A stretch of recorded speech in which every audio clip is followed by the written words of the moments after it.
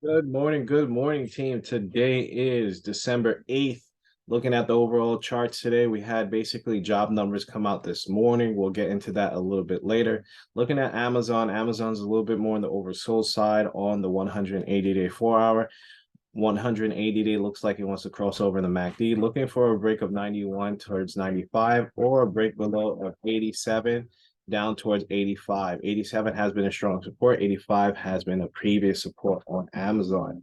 Jumping over to the next one, we're going to look at Apple. We had Apple on the watch list yesterday. You can see Apple basically looks like a double bottom over here, but we basically hit this low, found some type of support, hit this low, found some type of support. So we want to watch to see if we break above 43, then we can start pushing up towards 46, or watch for the break below 141, then we can start going to 140 or 140, and then we can start going into this pocket down here, start getting down towards those 137 levels. So make sure you guys keep out for those key areas on Apple. Yesterday was pretty uneventful with the market. We were basically chopped in a range or stuck in a range. So definitely want to watch to see what's going to overall happen today. Looking at Tesla for the next one, oversold on the 180-day. MACD still crossed down. Look for a break above 177. Then we could start going to 180 on Tesla over here. Or you can watch for 181. Then we can start pushing up a lot higher. Or watch for the break below 169. And then we could start basically going to 165 down here, which was a previous support. So let's see what happens overall. It does look like Tesla wants to keep on going down. I think they have some negative news on their self-driving. They're in a lawsuit about that. So that could be negative effect on the overall stock. So definitely want to watch Tesla to see if there's more possible downside. Overall, 20-day seems to be oversold over here. So you know what I say, when it's oversold, it's a high risk short position. So definitely be cautious with those short positions. Use a stop loss.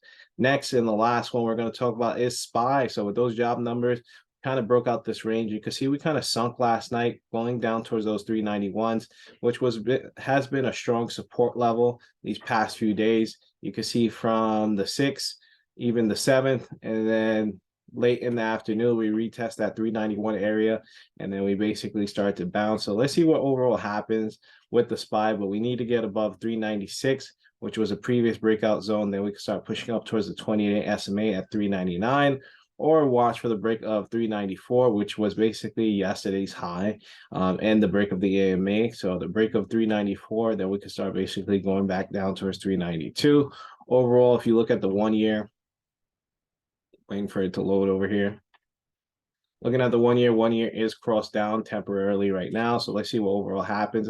If this does start to open up even wider, we could get even more of a drop. So keep that in mind. Jumping over towards the 180-day, we are basically finding support around that SMA as well too. So that's another obstacle in our way. But as soon as we start to get above 400 and higher, then we're going back to being bullish. So let's see what happens. Make sure you guys watch the market. Make sure you guys are patient, especially after yesterday.